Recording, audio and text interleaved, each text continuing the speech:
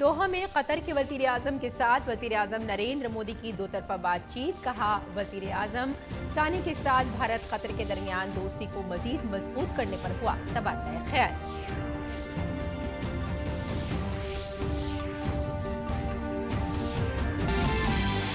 चंडीगढ़ में आज शाम 5 बजे हुकूमत और किसानों के दरमियान होगी तीसरे दौर की बातचीत। किसान तहरीक की वजह से दिल्ली की तमाम सरहदों पर सिक्योरिटी के सख्त इंतजाम।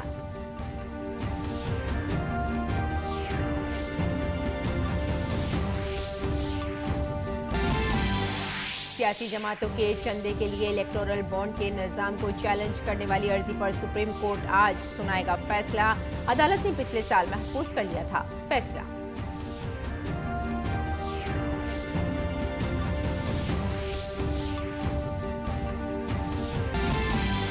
राज्यसभा इंतखाबात के लिए कागजात नामजदगी दाखिल करने का आखिरी दिन आज 27 फरवरी को 15 रियासतों की 56 सीटों पर होगी वोटिंग।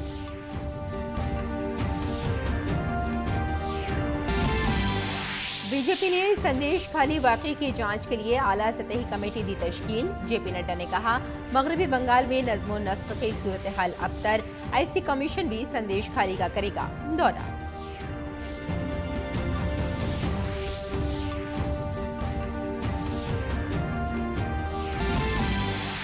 सीबीएसई बोर्ड इम्तिहानात आज से शुरू। सुबह 10:30 बजे से दोपहर 1:30 बजे तक का होगा इम्तिहान। बोर्ड का बच्चों और सरपरस्तों से सोशल मीडिया पर फैली अफवाहों पर तवज्जो न देने का मशवरा।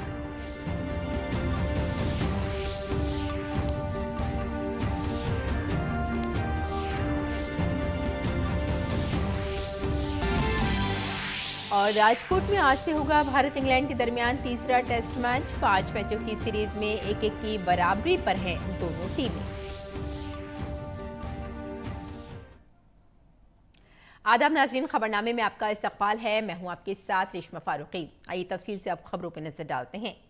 वजीर आजम नरेंद्र मोदी इस वक्त कतर में हैं। वजीर आजम कल शाम मुत्तहिदा अरब अमारात से दोहा पहुंचे, जहां उन्होंने कतर के वजीर आजम मोहम्मद बिन अब्दुर्रहमान अस्सानी के साथ अहम उमूर पर दो तरफा बातचीत की। इस मुलाकात के बाद वजीर आजम ने एक्स पर एक पोस्ट में कहा कि वजीर आजम सानी के साथ बातचीत समरावर रही। हमने भारत और कतर के दरमियान दोस्ती को मजीद मजबूत करने पर तबादला ख्याल किया। कबल अज़ीं भारतीय वज़ारत ख़ारजा का कहना था कि वज़ीर आज़म मोदी की कतर के वज़ीर आज़म से नतीजा खेज बातचीत हुई। हाल ही में कतर में सज़ा याफ्ता 8 भारतीय शहरियों की रिहाई के बाद वज़ीर आज़म नरेंद्र मोदी का दोहा का ये दौरा इंतहाई अहम तस्वुर किया जा रहा है। 2014 में वज़ीर आज़म बनने के बाद नरेंद्र मोदी का कतर का ये दूसरा दौरा है।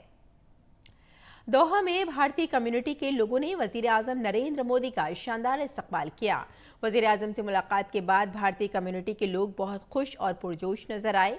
भारत और कतर के दरमियान तारीखी तौर पर करीबी और दोस्ताना ताल्लुकात हैं। हालिया बरसों में दोनों ममालिक के दरमियान बाहमी तिजारत और सरमायाकारी, आला सतह के सियासी तबादलों, तवानाई की शराकत दारी, सकाफत और तालीम के शोबों में ताउन समेत दीगर शोबों में ताल्लुकात मुस्तहकम हुए हैं। दोहा में भारतीय बिरादरी के 8 लाख से ज्यादा अफराद रहते हैं।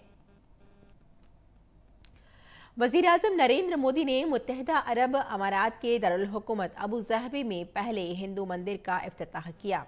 मगरबी एशिया में साइज के लिहाज से सबसे बड़े मंदिर को तकरीबन 27 एकड़ अराजी पर बनाया गया है। 700 करोड़ रुपए की लागत से बनाए गए इस मंदिर के इफ्तिताह के बाद वज़ीर आज़म ने खुसूसी पूजा में भी हिस्सा लिया। मंदिर की तामीर BAPS के जरिए कराई गई है। 2018 में खुद वज़ीर आज़म नरेंद्र मोदी ने इसका संग बुनियाद रखा था। ये मंदिर भारत और मुत्तहिदा अरब अमारात के दरमियान खुशगवार ताल्लुकात की एक मुनफरिद मिसाल है। वज़ीर आज़म ने अक्षर पुरुषोत्तम के मुजस्समे के मंगलाचरण के बाद आरती पूजा की। ये आरती BAPS के 1500 मंदिरों में बैक वक्त की गई। वज़ीर आज़म ने राधा कृष्ण, सुभद्रा, बलभद्र, जगन्नाथ, भगवान श्रीनिवास, प्रमुख स्वामी जी महाराज, अयप्पा स्वामी और भगवान श्री राम, लॉर्ड आशुतोष को गुलहाए अक़ीदत पेश किए। वजीर आजम ने कहा कि मंदिर दानिशमंदी, समझदारी और हम आहंगी की अलामत बन जाएगा। वजीर आजम नरेंद्र मोदी ने कल मुत्तहदा अरब अमारात के अबू ज़हबी में पहले हिंदू मंदिर का इफ्तिताह किया। मंदिर के अहाते में एक पत्थर का कुतबा है जिस पर वसुधैव कुटुंबकम लिखा हुआ है। पूरी दुनिया की फलाह बहबूद की बात करने वाले जज्बे को बड़े ही खूबसूरत अंदाज में कंदा किया गया है। इसका जायजा लिया हमारे नामानिगार अश्वनी कुमार मिश्र ने। अबू धाबी में BAPS के इस हिंदू मंदिर का लोकार्पण किया प्रधानमंत्री नरेंद्र मोदी ने। मंदिर के परिसर में ही एक शिलापट्ट है जिस पर वसुधैव कुटुंबकम लिखा है।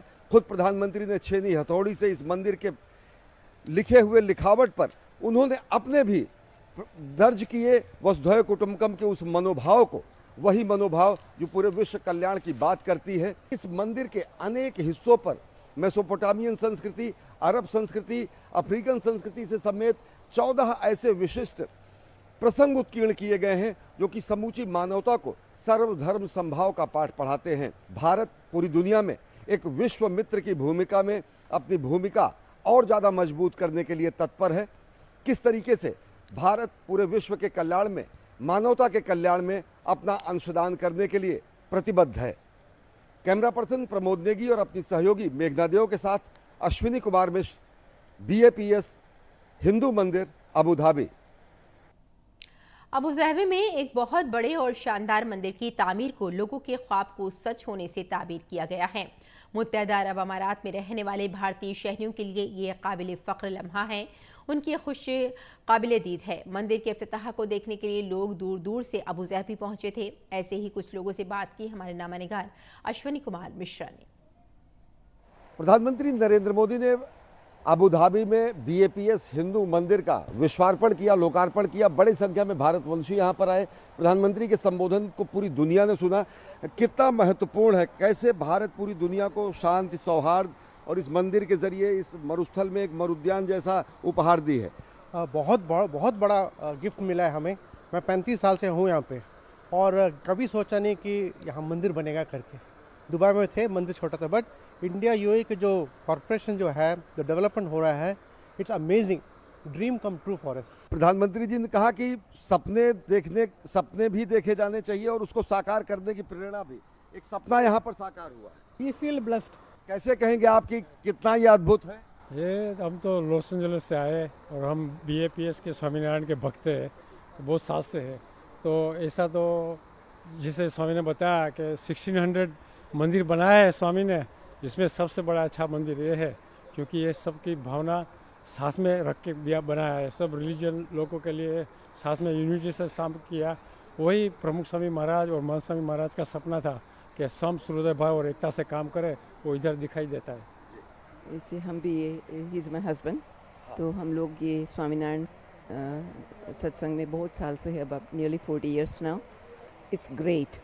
इन भगवान की प्रतीति तो होती है हमें हमेशा, लेकिन ये कार्य देखने से दृढ़ता हो गई है कि ऐसे संत में ही भगवान प्रकट है और जो कार्य होता है भगवान ही करते हैं।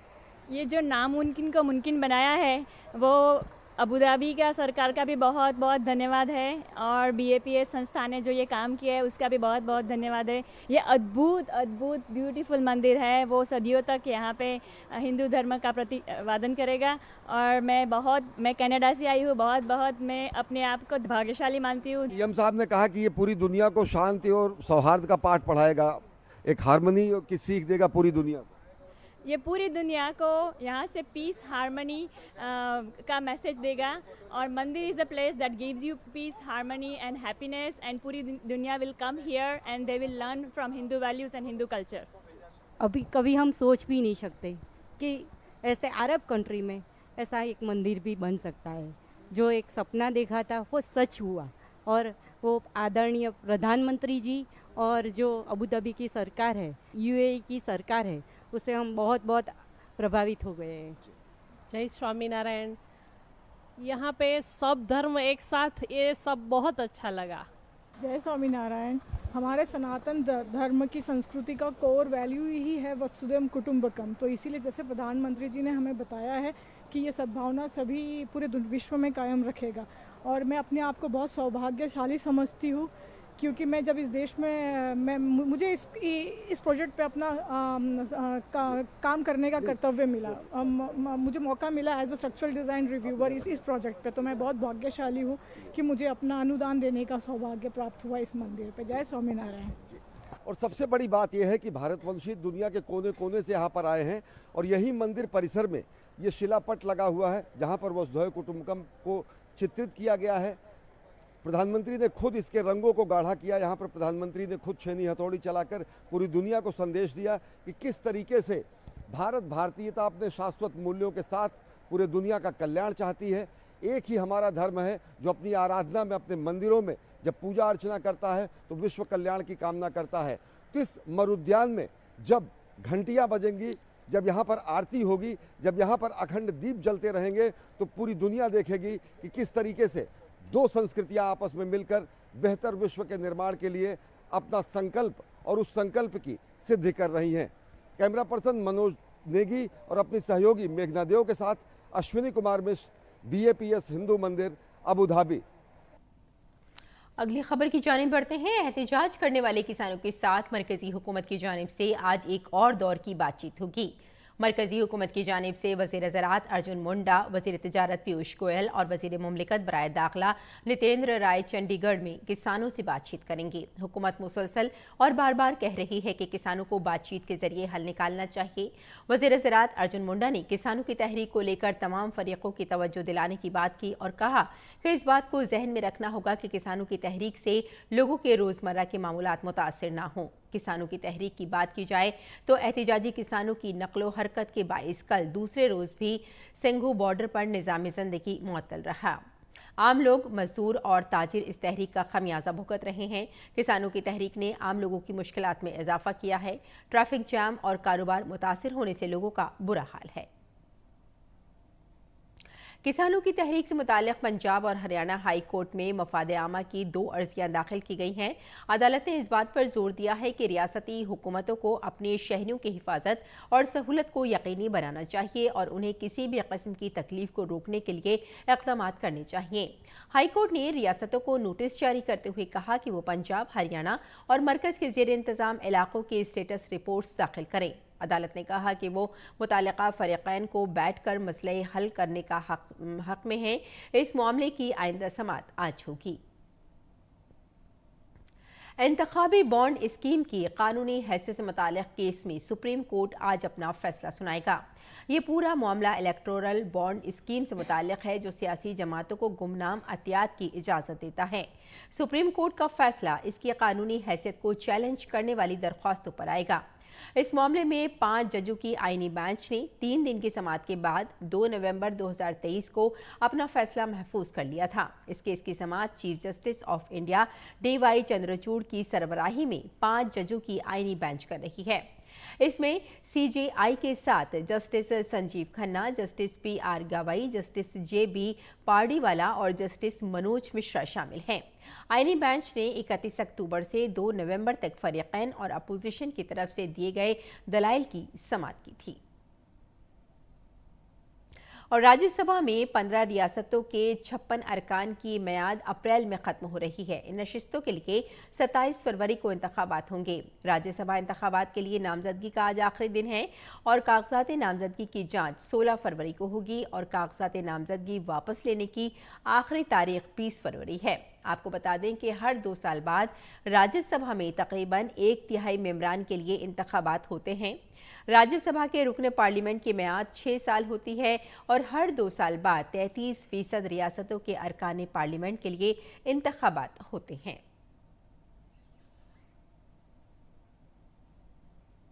मगरबी बंगाल के शुमाली 24 परगना जिले के संदेश खाली में खवातीन के खिलाफ जिनसी हरासानी और तशद्दुद का वाक़या मुसलसल सुर्खियों में है। बीजेपी इस मामले पर ममता हुकूमत और उनकी पार्टी TMC पर मुसलसल हमला कर रही है। अब बीजेपी के सदर JP नड्डा ने इस मामले की तहकीकात के लिए 6 अरकान की एक आला सतही कमेटी तश्कील दी है। कमेटी में 2 मरकजी वजीर भी शामिल हैं। तमाम अरकान जाए वक़ू का दौरा करेंगे और मालूमात जमा करेंगे, नीज़ अपनी रिपोर्ट पार्टी सदर को पेश करेंगे। JP नड्डा ने संदेश खाली वाक़े को दिल दहलाने वाला बताया है। कमेटी के अरकान की बात की जाए तो मरकजी वजीर अन्नपूर्णा देवी को इसका कन्वीनर बनाया गया है। दीगर मेंबरान में मरकजी वजीर प्रतिमा भौमिक, मेंबर पार्लियामेंट सुनीता दुग्गल, कविता पायदार और संगीता यादव और उत्तर प्रदेश के साबिक इंस्पेक्टर जनरल ऑफ पुलिस और रुकन पार्लियामेंट ब्रिजलाल हैं। सीबीएसई बोर्ड के 10वीं और 12वीं के इम्तिहानात आज से शुरू हो रहे हैं। इस साल भारत और बैरूनी मुल्क के 26 ममालिक के 39 लाख से ज्यादा तलबा बोर्ड के इन इम्तिहानात में शिरकत कर रहे हैं। दिल्ली के 877 इम्तिहानात मरकज़ पर 5,80,000 से ज्यादा तलबा इन इम्तिहानात में शिरकत करेंगे। इम्तिहान सुबह 10:30 बजे शुरू होगा। दिल्ली की मौजूदा सूरत हाल के पेश नज़र सीबीएसई ने तलबा और वालिदैन को मशवरा दिया है कि वो अपने घरों से जल्द निकल जाएं ताकि वो वक्त पर इम्तिहान मराकज़ पहुंच सके। बोर्ड ने इम्तिहान मराकज़ तक पहुंचने के लिए मेट्रो खदमात के इस्तेमाल का भी मशवरा दिया है। तलबा को हिदायत दी गई है कि वो 10 बजे या इससे पहले इम्तिहानी मराकज़ पहुंच जाएं। बोर्ड ने 2024 के इम्तिहानात के दौरान लोगों को झूठी खबरों और अफवाहों के खिलाफ खबरदार किया है और उनसे दरख्वास्त की है कि वो इम्तिहानात के तक़द्दुस को बरकरार रखने के लिए इस तरह की किसी भी सरगर्मी में हिस्सा न लें और अफवाहें न फैलाएं। उत्तराखंड के वजीर आला पुष्कर सिंह धामी ने कतर से बाहिफाजत वापस आए बहरिया के साबिक अफसर सौरभ वशिष्ठ को एजाज से नवाजा और मुबारकबाद दी। वजीर आला ने उनके अहले खाना से मुलाकात की और उनकी खुशी में शरीक हुए। वजीर आला ने कहा कि सौरभ की महफूज रिहाई दुनिया में वजीर आजम नरेंद्र मोदी और भारत की बढ़ती हुई ताकत की पहचान है। धामी ने कहा कि उनकी रिहाई में मोदी है तो मुमकिन है कि वाज़ेह मिसाल है। आगे बढ़ते हैं। नई दिल्ली के आलमी किताब मेले में वजीर आजम नरेंद्र मोदी की किताबें भी तवज्जो का मरकज बनी हुई हैं। मेले में आने वाली किताबों के शायकीन वजीर आजम की किताबों को तलाश कर रहे हैं। ये किताबें कैसी हैं, हमारे नामानिगार गिरीश निशाना ने इसका जायजा लिया। वैसे तो हर बार पुस्तक मेले में प्रधानमंत्री नरेंद्र मोदी द्वारा लिखी हुई पुस्तकें और उन पर लिखी हुई पुस्तकें आकर्षण का केंद्र बनी रहती हैं और इस बार भी नई दिल्ली विश्व पुस्तक मेले में पीएम की पुस्तकों पर बहुत ज़्यादा आकर्षण का केंद्र बना हुआ है। इस बार क्या खास पुस्तकें आई हैं और कौन कौन सी हैं नई पुस्तकें, इस पर ज़्यादा बात करने के लिए हमारे साथ मौजूद हैं प्रभात कुमार जी। प्रधानमंत्री नरेंद्र मोदी जी एक हमारे लिए आइकन हैं, नायक हैं। वो जिस क्षेत्र में भी जो उनका चिंतन है वो हम लोगों के लिए एक नया पथ प्रशस्त कर रहे हैं।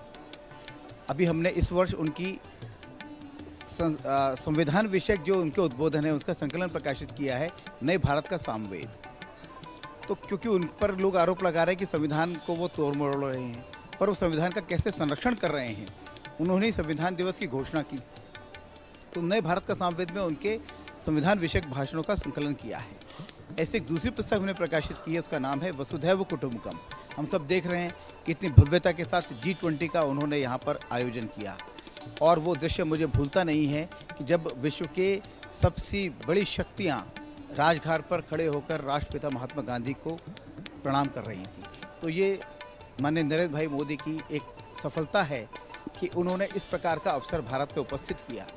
तो उनके जितने विदेशों में दिए भाषण हैं उन पर केंद्रित पुस्तक है वसुधैव कुटुंबकम, जिसके अंदर उनकी वैदेशिक नीति दिखती है, कूटनीति दिखती है, जिसका सुपरिणाम हम देख रहे हैं।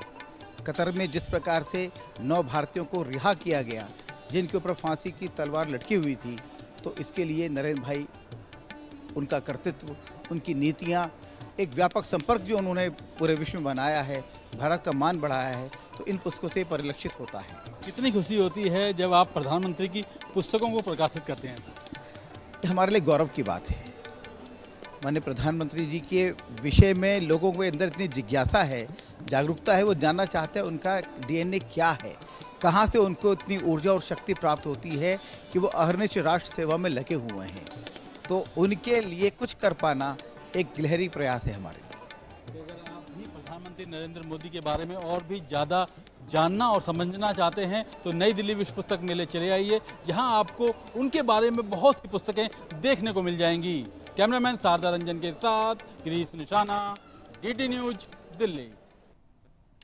आगे बढ़ते हैं। रूस और यूक्रेन के दरमियान तकरीबन 2 साल से जंग जारी है। दोनों ममालिक के दरमियान जारी जंग के दौरान अमेरिकी सहाफ़ी टिकर कार्लसन ने रूसी सदर व्लादिमीर पुतिन का इंटरव्यू किया। रूसी सदर व्लादिमीर पुतिन का कहना है कि वो अमेरिकी टेलीविजन के मेज़बान टिकर कार्लसन की जानिब से गुज़िश्ता हफ्ते सुर्खियों में रहने वाले एक इंटरव्यू में अमेरिकी टेलीविजन के मेज़बान कार्लसन के तीखे सवालों की कमी ने हैरान कर दिया था। पुतिन ने कहा कि मुझे इंटरव्यू से मुकम्मल इत्मीनान हासिल नहीं हुआ। व्लादिमीर पुतिन ने एक रूसी टीवी मेज़बान पाउल ज़ॉर्बेन को बताया कि वो चाहते थे कि कार्लसन ज़्यादा जारहाना रवैया इख्तियार करते ताकि उन्हें बराबरी के साथ जवाब देने का मौका मिलता। अमेरिका में एक बार फिर फायरिंग का वाकया सामने आया है। कैंसस सिटी मैसूरी में एक रेलवे स्टेशन के बाहर फायरिंग हुई जिसमें एक शख्स की मौत हो गई जबकि मुतादिद जख्मी हो गए। वाक़े के बाद मौके पर भगदड़ मच गई। पुलिस ने बताया कि मौके पर 2 मुसल्लह अफराद को हिरासत में ले लिया गया। पुलिस चीफ सिटीज ग्रियोज ने बाद में एक प्रेस कॉन्फ्रेंस में इसे मुश्तबा करार दिया। ये वाक़या उस वक्त पेश आया जब चैंपियन चीफ अपनी सुपर बाउल जीत का जश्न मना रहे थे। और उर्दू के अजीम शायर मिर्ज़ा असदुल्ला खां गालिब का आज यौम वफ़ात है। गालिब ने फ़ारसी और उर्दू दोनों ज़बानों में शायरी की। गालिब जहां अपने रंगे सुखन अंदाज़े बयान के सबब अपने हम असर शोरा में नुमाया हुए, वहीं उनके अशार हर ख़ास व आम में इस दर्जा मकबूल हुए कि वो आज भी गोया जिंदा हैं। गालिब की शायराना अज़मत का सबब उनके कलाम की वो सादगी है जिसे उनकी नुदरत ख़याल ने नहायत दिलनशी बना दिया है। मिर्ज़ा गालिब 27 दिसंबर 1797 को आगरा में पैदा हुए और 15 फरवरी 1869 को दिल्ली में उनका इंतकाल हुआ। और नाज़रीन, आइए अब नजर डालते हैं दिल्ली से शाये कुछ उर्दू अखबारात पर।